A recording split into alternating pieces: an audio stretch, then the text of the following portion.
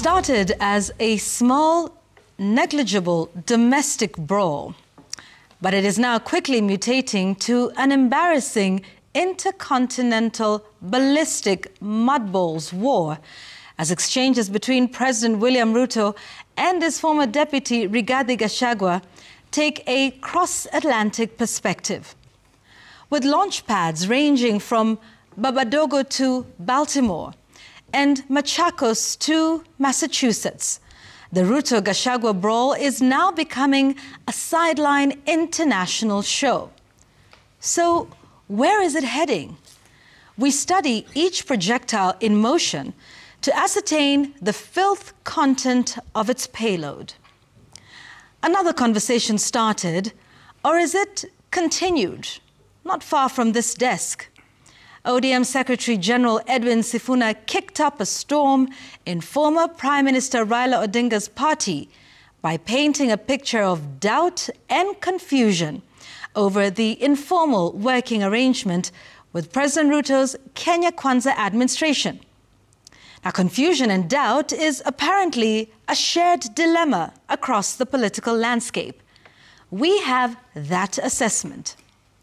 In our final words, Bonyo's bone picks a bone with the soccer administrators at the Football Kenya Federation for their dirty boardroom games.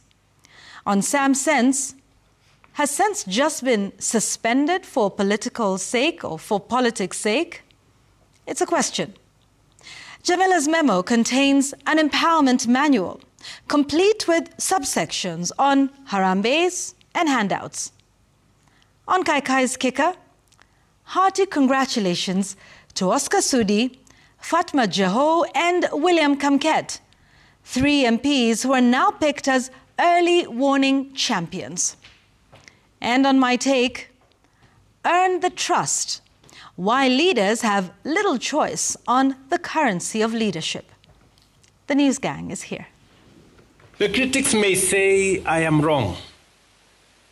The cynics may say I am lying. And the naysayers may even say I am mad. But what if they are wrong? And they are. Pause for a moment. What if I am an agent of destiny for the transformation of our nation, whose promise has been delayed for far too long? Pause. Reflect. Think. Give me a chance. And judge me fairly when the time comes. Ladies and gentlemen on the show, those who are watching, welcome to the program tonight. The hashtag is NewsGang at Citizen TV Kenya. Also, you can send us a text. The number is 22422. What a week it has been. 1 week, we're not here. 1 week. Just 1 week. And see what happens. They're at it again, perhaps more fierce than before. And it would seem that this... If they thought that impeaching the former deputy president would have ended the wars, it seems to have escalated it further. And now it's not just one person and his former deputy, it's president versus many others. Obviously, this is not anything that's going to abate anytime soon, and it happens when they're in Kenya, it happens when they're across borders. Sam, let's just begin by understanding where this all began, perhaps more recently, because, you know, there's, of course, much more historical background in this case. But again, this ratcheted up after the Sabasaba protests, when we saw now the president speaking out in his own defense against the calls for his exit. Indeed. A difficult season, it must be, for the president and, of course, those that are in government, because this continued clarion calls by different quarters, and especially from the opposition side, and also what has become repeated in very many social meetings or even events. If you have to talk about the recent marathon in Nairobi, I would imagine that for a politician of President William Ruto's stature, this is bothersome because it continues. And for sure, you've heard him that every opportunity he has come out to speak, despite spending a few days or hours to respond, he sounds like it's an irritant for real. Because in that clip that you just played, where he's asking for everyone to pause, to reflect, to think, but more importantly, to give him a chance and judge him fairly when the right time comes, he comes off as a president who knows clearly too well, as per the Constitution, has a whole 5 years, which is the mandate that he got when he was elected in August 2022 and sworn in on the 13th of September 2022.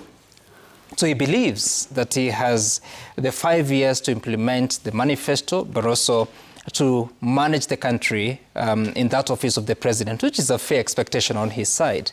But at the same time, when you hear all these critics who are reflecting on what exactly has been going on in the country and the sort of speeches they have been issuing, when you look at opposition leaders like Martha Karua, who is saying that this illegitimate regime has to come to an end, I mean, there has not been any space left for any negotiation. If you had to listen to, I think, Ruto-Gachagua, who was saying that nobody is interested in stopping his own term. Everyone wants him to run his full first term. I would imagine that these are things that really bother the president. But at the same time, I find his speech pretty interesting when he's saying that the critics may say that I am wrong. The cynics may say I am lying, and the naysayers may even say that I am mad. But what if they are wrong?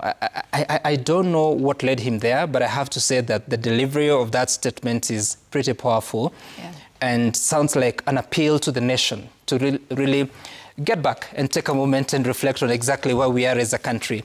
As to whether it persuades the audience, the target audience, I don't know. We'll have to wait and see what those people that have been critical of the president, especially from the political side, what they have to say about this particular reaction. But obviously, everything that the president is facing is a political reaction to the politics of the country, which has been a key factor in influencing them. And I'm sure we'll be talking about that later on the effect this has had on the politics of the nation. Yeah, and indeed, he cuts the picture of a man who is seemingly under siege with his back against the wall, because it's not just coming from, one quarter, and it's not just coming from one person.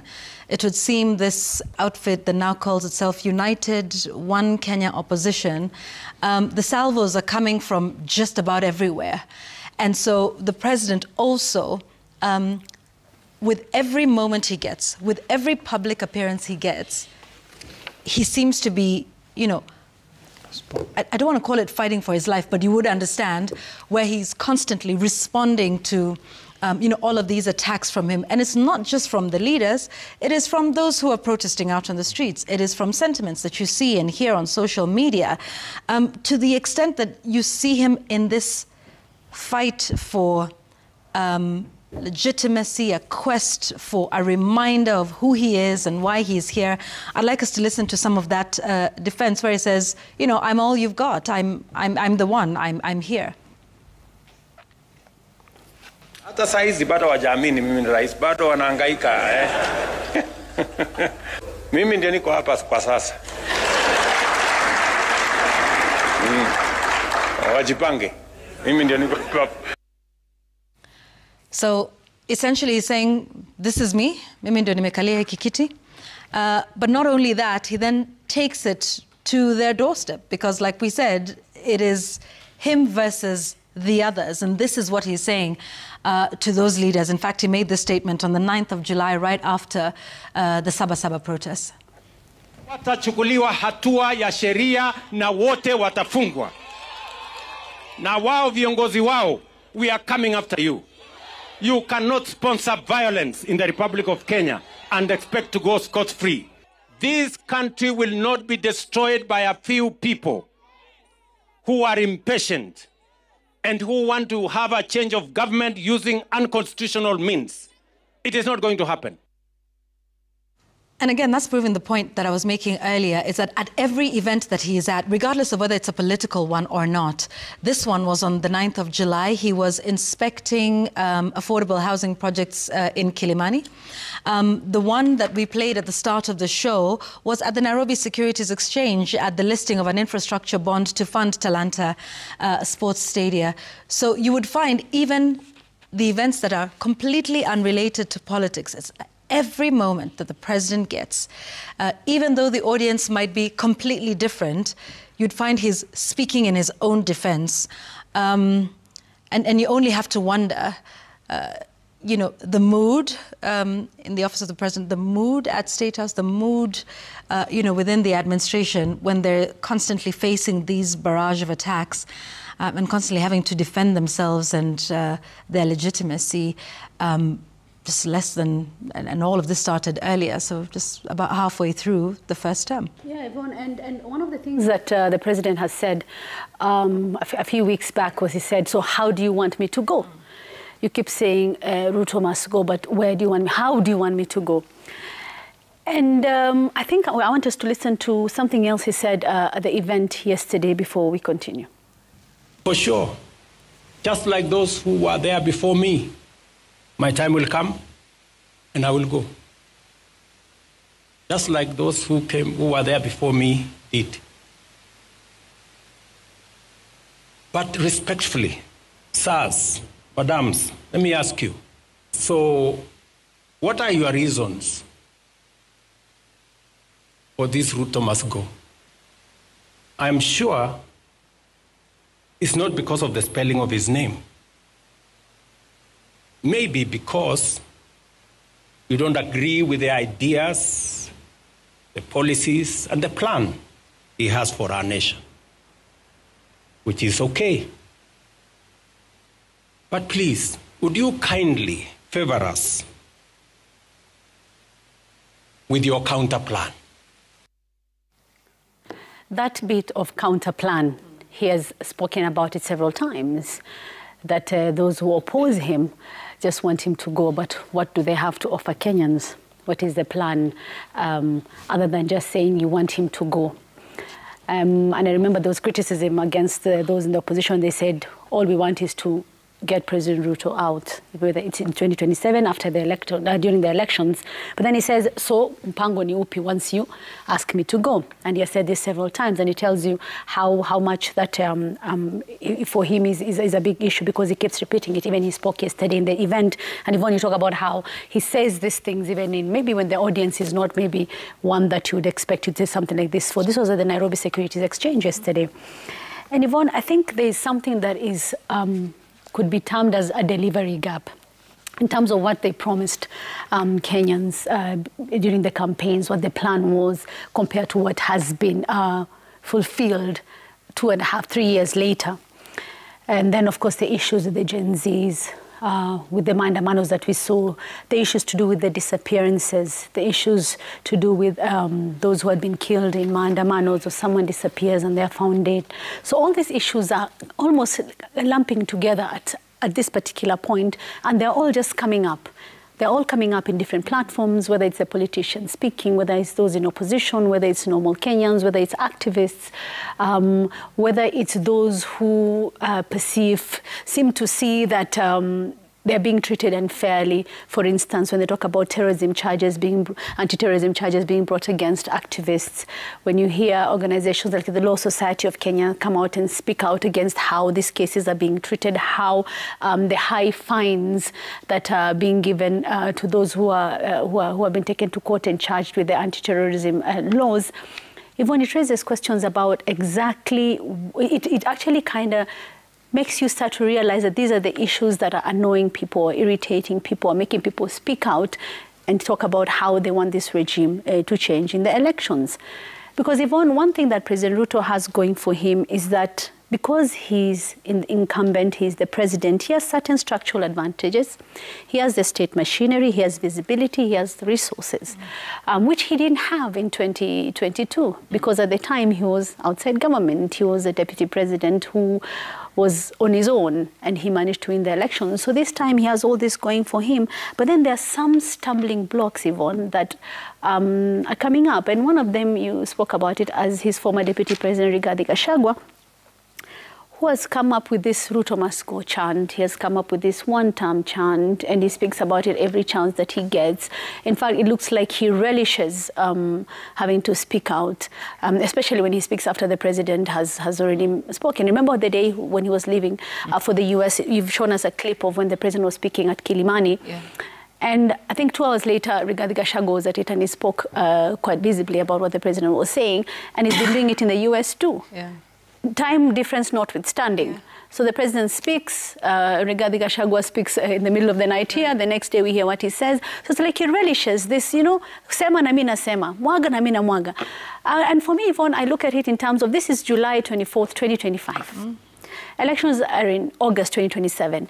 If what we are seeing now, tutakuwaje by that time? We're already seeing campaigns. That's there for sure. Empowerment rallies, whatever it is, notwithstanding, we're already seeing campaigns. So where will we be in 2 years? Yeah, and you know, just to illustrate your point about this back and forth, you know, when you have a president that's now reduced to making this statement, and then there is a response from the other end, and it feels like that tennis match that's just, you know, back and forth in a ping pong. I want us to listen to exactly what you were saying, Jamila, that former Deputy President Ruto-Gachagua now responds almost immediately to the president's statements of defense. I want us to listen to 112.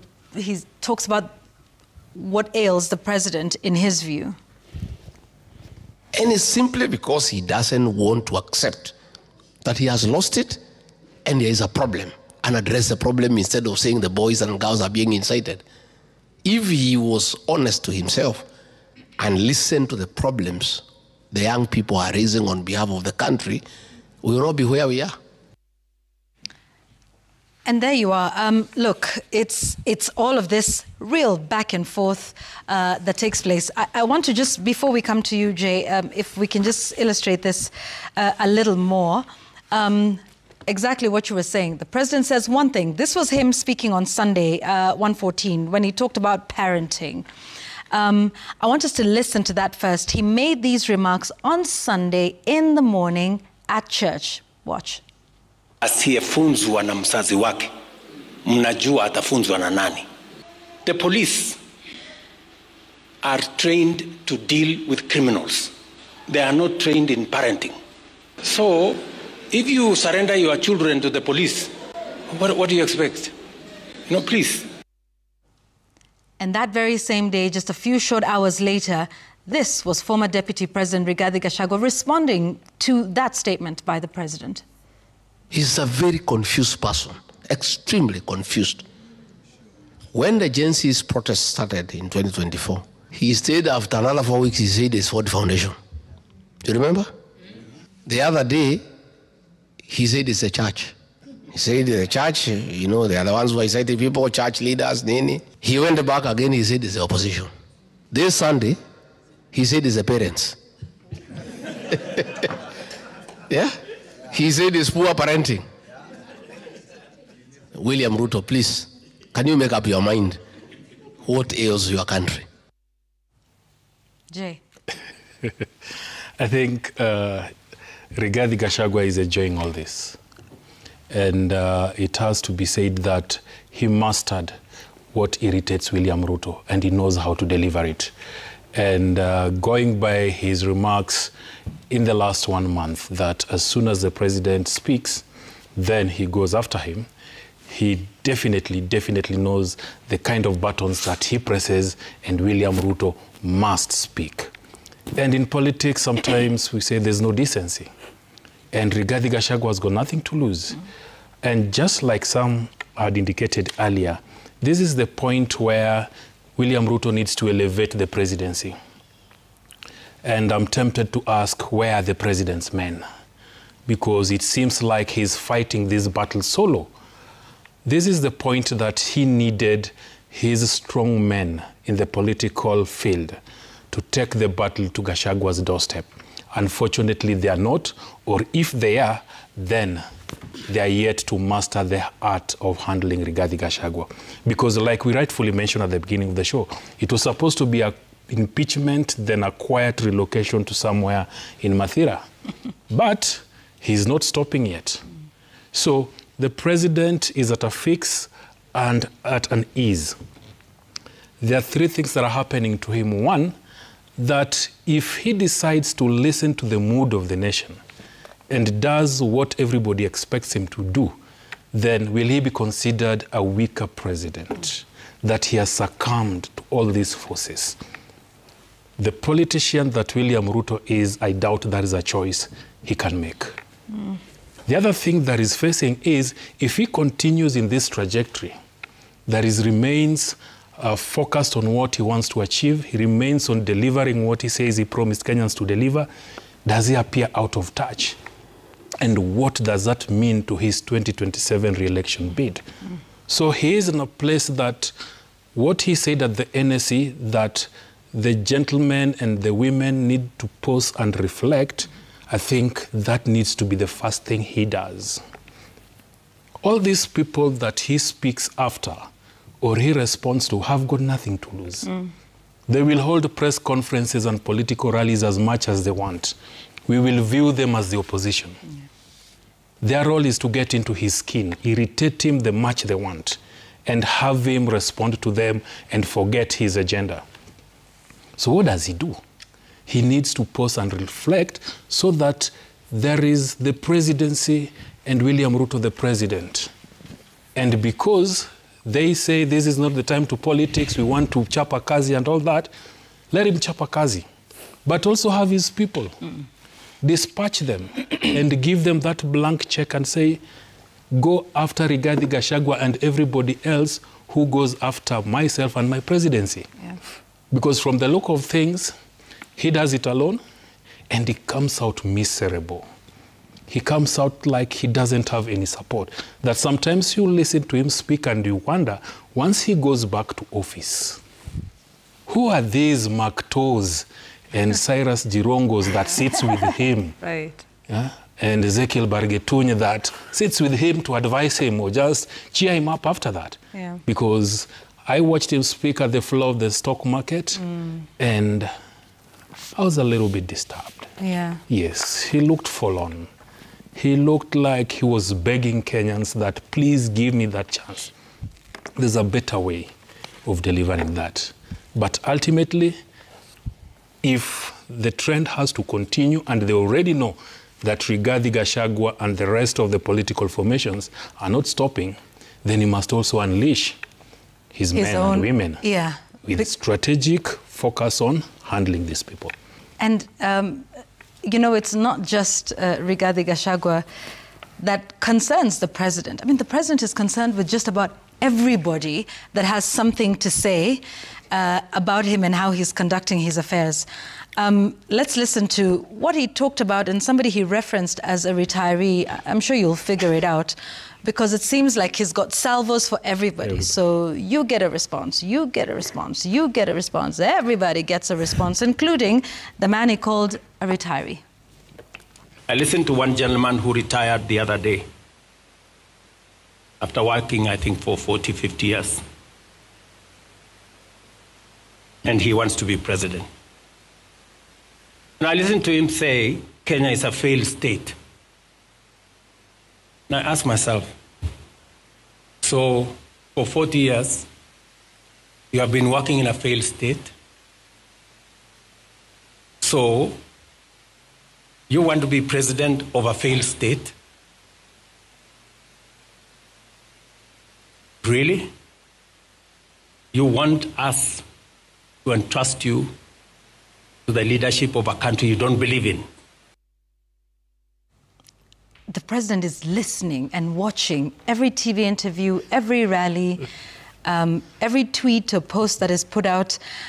And I think, I don't know, Linus, in this one statement, he just acknowledged perhaps, the person who's the latest entrant to the political scene, and perhaps made him a worthy contender, at least in the eyes of his supporters to begin with, which is that you acknowledge that there is also this retiree whom, we all know who he was referring to. But this is where we are with the president now. He's responding to everyone and everything. Let me try and interpret the trend we are seeing. The first thing that has been painted out quite accurately around this table is the sense of siege that the president finds himself in. There is absolutely no doubt in the way he's reacting that he feels he's under a lot of pressure politically. That's the first thing. But secondly, is a strategy in the fight back. And a strategy that actually, in my view, recognizes the dangerous context of what the president is currently facing. The president is clearly so desperate to have an opponent with a name. And he is very concerned about running against a slogan, because it is dangerous to run against Ruto must go. That's why he desperately wants a candidate to that. Is it Maraga? Is it the tribalist? He calls Gachagua tribalist. He needs a body on it, because running against a slogan or running against a certain spirit and wave is way, way more dangerous than running against a named candidate, retiree who has worked for over 40 years. And the president, in my view, desperately wants to create that opponent. And now. And I saw this in way back in 2002, 2001 actually, when the opposition coalition of NAK, that's National Alliance of Kenya, of Mwai Kibaki, Charity Ngilu, and Charity Ngilu, Omolo Kijana, and Mwai Kibaki, the three of them got together. And the then president, Moi, said, okay, but who is the candidate? Tell us, give us your leader. Because you want something so that you can define it and then decide how to fight it. And I think that's the despair the president is finding himself in right now. And why is he there? He's there because for the last 1 year, starting with the Gen Z protests of 2024, last year, there's just been this very heavy anti-Ruto sentiment, anti-President Ruto sentiment, which is not defined. And I saw some MPs, some of the opponents saying, oh, Kati, this president, and, they are even giving animals like a dog. Who would you vote for? You remember that opinion poll? Yeah. And the president, politically, to survive, you must walk out of that trench. If you stay in that trench, so that the campaign will be anyone but the president, it becomes a big problem. That's why he wants an opponent, a human, breathing opponent that can be named. He has 2 names or 3 names, belongs to a certain party, so that he can fight that. He doesn't want to run against, especially, his own record. He shouldn't run against his own record. He desperately wants another opponent. That's why you see him asking for alternative plans, which is an unrealistic asking. It doesn't work that way in politics. We don't have opposition that comes in the middle of a term and say, this is our plan for education. Can we change what you're doing now? It doesn't work that way. So running against his record, running against a wave, running against a slogan, this is what the president is running away from. And you see the desperation, the determination to do this as soon as he can, to the point that the president is also missing the opportunity to maybe take an approach that works. What are these all reminders about being president? You don't need the reminders, just be president. you are president, they are not. So there is that clear divide. So it means then you shouldn't be fighting every soundbite. Yeah. Because you saw his speech there, was it yesterday at the NSC? He's very good. He's done very good at tracking soundbites, whether it's soundbites from the US or from some interviews that took place in our platform here. He's done very, very well. But is this helpful to him? I think he is missing the opportunity. There's one more observation that could as well be made, and I think, Jay, you had referred to it. It's looking extremely lonely. We saw him talk about his predecessors. His predecessors had clear and many lines of defense. I think this president is so directly exposed. He is at the front line. He is his own first line of defense. Unfortunately, that's how it's coming out. Yeah. You don't have voices, you don't have, even on the delivery front. How many ministers do we remember? Yeah? I think Yvonne... cabinet secretaries. Yeah. Politics is teamwork, and he knows it. He's been around, he's built an election winning outfit based on teams. Yeah. But government too. So is government. It has to be a team play. There's so much that goes on in government that it's humanly not possible to have President Ruto as the sole spokesman of his own government on every issue. He can't be the only one putting out all the fires. Yet, he's finding himself in a situation where he is the driver of the fire truck. Yeah. He's also carrying the water jerrycans. He's putting out the fires, and from KICC, I think, is it no NSC, blowing the whistle as well. And it's humanly not possible to function that way. That makes him really exposed. I think Sam and Jay had spoken about the vulnerabilities that he's showing. Yes, of course, he's increasingly vulnerable. And he's also shown a capacity for being irritated, which is a mistake again.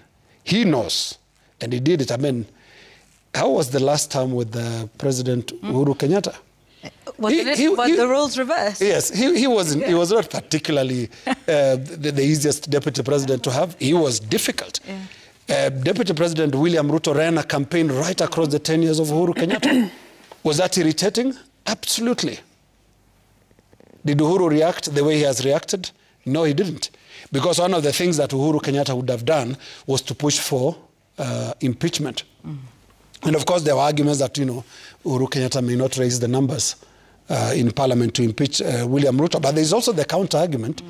If you had William Ruto outside having been impeached, how would it have been? Yeah. Ruto-Gachagua, it seems to me, is paying President William Ruto in his own coin. Yeah, and before we come to Jamila, it's just, what you were saying about him being an irritant, and they know it. And so they push and they push and they push. And the idea about framing, who the opponent is, and they're responding. I'd like us to listen to former Cabinet Secretary Dr. Fred Matiang'i. People have names, say it is Fred Matiang'i and give the evidence for it. Because even that blanket and general condemnation is part of that laziness and that recklessness and escapist behavior, as it were. Be direct and say who it is who is doing that kind of thing. And so it's calling his bluff, say who it is. And then on the other hand, then, you see Ruto-Gachagua, and I'd like us to listen to those two back to back, Ruto-Gachagua of DCP and Eugene Wamalwa of DAP. And it just shows you how they're drawing the president out with all of these debates back and forth. Tumesema kila mtu aende atafute kura zake. Kila mtu asanye zake. Pale mwisho, next year, hapo after Christmas, tuketi. Tuweke kura kwa meza, tupige hesabu, tuulizane nani atapeperusha bendera as one candidate only against William Ruto. Hatujakaa ama kukubaliana mbeba bendera wa muungano wetu. Na hatuna haraka. Sisi sasa malengo yetu ni kuunganisha Wakenya, kuleta Wakenya pamoja na kutayarisha team ambayo itahakikisha Bwana Ruto anakuwa one term. Our focus is on uniting to liberate and restore our country. It's not on picking on a candidate prematurely. Sasa nataka niambie Wakenya kwa msiwe na wasiwasi, sababu hii inaweza kuwa ni njama ya wale walio serikalini, and we know how NIS works. Wanaanza speculation na ianze kutugawanya sisi. Hawana haraka, you see? So they're playing all this ping pong games, and they're the ones who have nothing to lose. And you know, and the president is there. I wonder if, you know, just to add on to what you were saying, the president set himself up for the situation he finds himself in. The man spoke about everything, from vaccinating cows to you name it. So now what happens is, he's now the sole target of everything, to the extent that you can't say, you know, let's pick on this cabinet secretary for this policy that we did not agree with. And perhaps as leaders should, he owned everything, but to the extent that it almost looked like a one-man show, that means then that this vitriol and anger and frustration that people have then goes to that one man. Because you said this, you said you'd give us diapers, you said we would vaccinate cows. So the entire failure falls on the one person who was then his own cheerleader and biggest spokesperson. Yeah, and you expect the people around him to be able to also help him be able to deal with all these salvos from different quarters. But they're almost unable to, because what would they exactly say? Because when you listen to those around him speaking out, in my opinion, there's no variety in what they're saying. A lot of times you see them repeating the exact same thing that they said yesterday, the day after. You know, they say, okay, want the president to come back again for a second term because of his development record. Or they'll say the other leaders are Wakabila, they're tribalists. Or they'll come back and say, they'll talk about how, they'll start speaking, you know, things that actually, listening to them say it, hamtaki hata kurudia. We did on one of our shows, we talked about, we upsounded a few of the things that are said in some of those meetings, the empowerment meetings, and they're not palatable. They're not something you want to listen to. You know, you expect Toto akisimama pale kumtetea, you tetea him on solid things, like amefanya hii, inflation imeshuka chini. You know, be very strategic and very specific and very particular about what you're saying, kujaribu kumsaidia kiongozi against all these salvos that are being thrown his way. And we had the opposition leaders there talk about how they're not going to name their candidate anytime soon. Of course, Ruto-Gachagua, speaking in the US, did say that he believes that yeye anafaa kuongoza, that he should be the flag bearer for the opposition. You know, we can't talk law here. After he was impeached, is he eligible to run or not in 2027, all that notwithstanding. I think for President Ruto, he'd rather have all of these opposition candidates speak out and say, mimi ndo nafaa. Because we've had former Chief Justice Maraga saying that he thinks he's fit to rule. We've had former Minister Fred Matiang'i saying that he's the one who is fit to rule. We've had Kalonzo Musyoka also. He has expressed his interest in the past to run for president. So we have all these opposition leaders coming up and saying we all want to run. So wakiwa wengi hivyo, I think for the president, it's okay, asema wacha wakwe wengi hivyo, wataamua vile kura zao zitagawanywa. But Yvonne, I think it is important that the president stops responding to all these guys. Because again, we talked about how this is just July 2025. Will he respond to them until August 2027? Kujaribu kujitetea to each and every one of them, to everything that they say. I think it's a waste of time. And also kidogo Waswahili wanasema inaweza kuwa inapunguza hadhi ya ile afisi ya rais. You should be above all this. I want us to listen to Ruto-Gachagua speaking just before he left for the US about them wanting to remove the president, but through constitutional means, that is in the elections. Mr. President, nobody wants to throw you. Nobody wants to overthrow your government. Nobody wants you out of power through unconstitutional means. Mr. President, I and the people we work with are on record. We want to remove you from State House through the ballot in 2027. Please relax. We want you to serve your one term. Nobody wants you out of government unconstitutionally. Nobody has any plan to overthrow your administration, Mr. President. The leaders in this country, and indeed 95% of the Kenyan population, want to humiliate you at the ballot. They all relish that moment. And these matamshis will continue. They will continue. As we said, the former deputy president is relishing this fight. I'm sure he waits to hear what the president is going to say so he can respond to it. And I think it's about time that something has to shift. Something has to change because the president can't keep responding to everything that these guys say every single time he speaks. There needs to be a narrative. There needs to be structured conversation. There need to be structured responses to them so that it doesn't seem like he's alone when he has all these people around him who can actually be there helping him respond, especially when such programs like the empowerment program and how much it's been hyped. Inaanza kumwagiwa maji. We did a story a couple of days back about how it's not really benefiting the people. And they're talking about how the amount of money they're getting is not really making any difference in their lives. And that's supposed to be one of those platforms that they're using to try and get to people.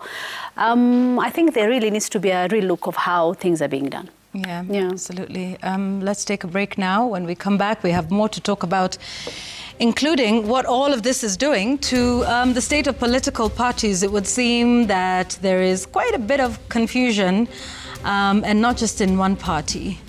We'll take a look at that when we return here on NewsGang.